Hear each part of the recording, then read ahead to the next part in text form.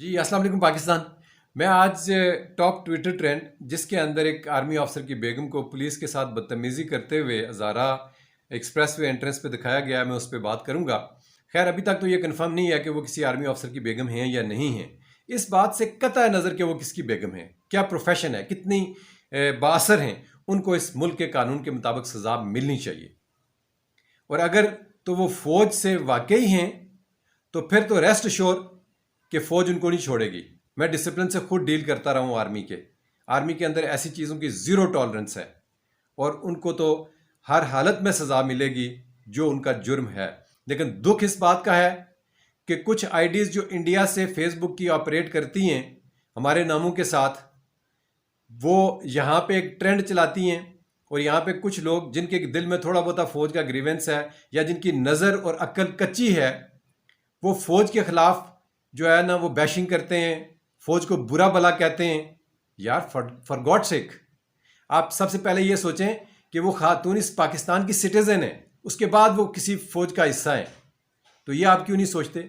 ये एक फ़र्द वाहिद का अमल है, ये एक इंडिविजुअल एक्ट है। आपको इस तरीके से ये सोच के इस चीज़ को लेना चाहिए।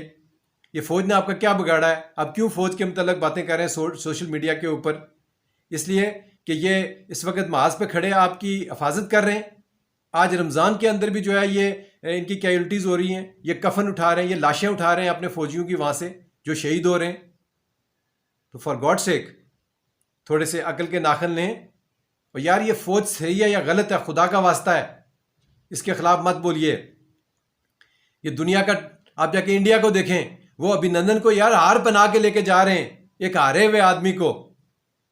और आप क्या कर रहे हैं इस मुल्क के अंदर? बाकी किस फौज का इतना ट्रेंड है या मुल्क का ट्रेंड है कि वो फौज को दिन पूरा बैठ के बुरा भला कहते हैं? कि किस लाइन पे आप लोग चल पड़े? आपको शर्म नहीं आती है इस तरीके से आर्मी के खिलाफ बात करते हुए, अपने माफजों के खिलाफ बात करते हुए? ये बाहर जो मेरा बंदा बैठा हुआ चौकीदारी कर रहा है उसकी वजह से मैं सुकून से अंदर सोता हूं।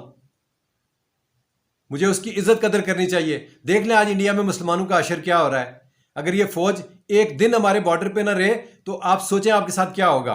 पाकिस्तान छोटा सा है, इसके दुश्मन बहुत बड़े बड़े हैं। हम कोई सुपर पावर नहीं है। बड़ी मुश्किल से यहाँ पे इन बेड़ियों से अपनी जान बचा के हम लोग तो इस मुल्क को हमने एक हिफाजत में और एक तरीके से रखा हुआ है। फॉर गॉड से किया, प्लीज स्टॉप दिस। और अगली जो बात मैं आपसे करना चाहता हूँ वो ये है कि आप उस खातून के पीछे पड़ गए।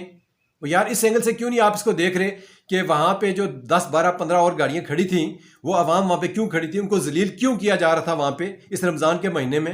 एंड अदरवाइज भी नहीं करना चाहिए। हमें आवाज़ें आ रही हैं जी कि ऊपर हमने इजाज़त मांगी हुई है, उनसे पूछ रहे हैं भाई ऊपर नीचे की कौन सी तुम इजाज़तें लेते हो? अवाम रोड पर जलील हो रही है। अगर इजाज़त देने वाला कोई गेजेटेड ऑफिसर है, आप फील करते हैं, तो उसको उस रोड के ऊपर बैठा होना चाहिए। ये अफसरशाही ख़त्म करें। अगर फौज का वहां पे कैप्टन मेजर है उसको रोड पे बैठना चाहिए। अगर पुलिस का कोई एसपी, डीएसपी या एएसपी है उसको रोड पे बैठ के उसी वक्त लोगों को फैसिलिटेट करना चाहिए, बाइज्जत तरीके से चेक करके उनको वहां से गुजारना चाहिए।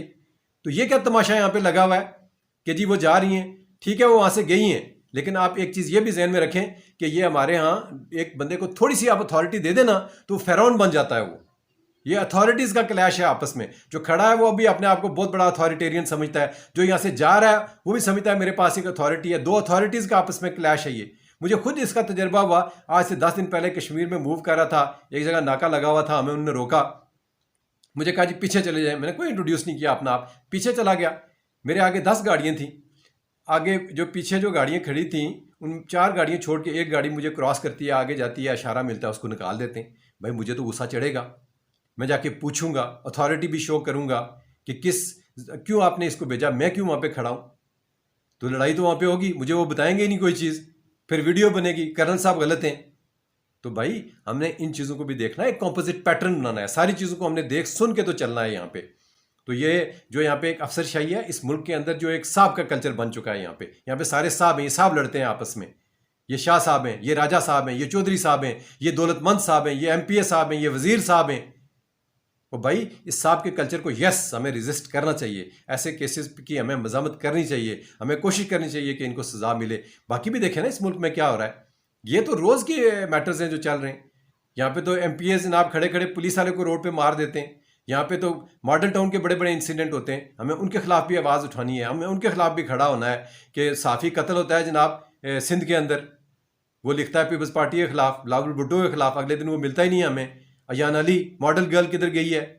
वो इंस्पेक्टर को मरवा दिया उन्होंने जो उसके केस को डील कर रहा था, जिसने उसको रोका वहाँ पे। तो यहाँ पे हज़ारों केस इस तरह के पड़े हैं। मुझे लोग कॉलें करते हैं कि जी सिंध में हमें वडेरे जो है ना वो रहने नहीं देते, हमारी ज़मीनों पे कब्जे कर रहे हैं। तो इन तमाम चीज़ों को ये कल्चर बन चुका है, इसको हमने स्टॉप करना है, इसको हमने रेजिस्ट करना है। लेकिन हमने अपनी फ़ौज को सपोर्ट करना है, ये दिमाग में बना लें, ये फ़ौज है तो ये मुल्क है। Thank you very much. Pakistan जिंदाबाद।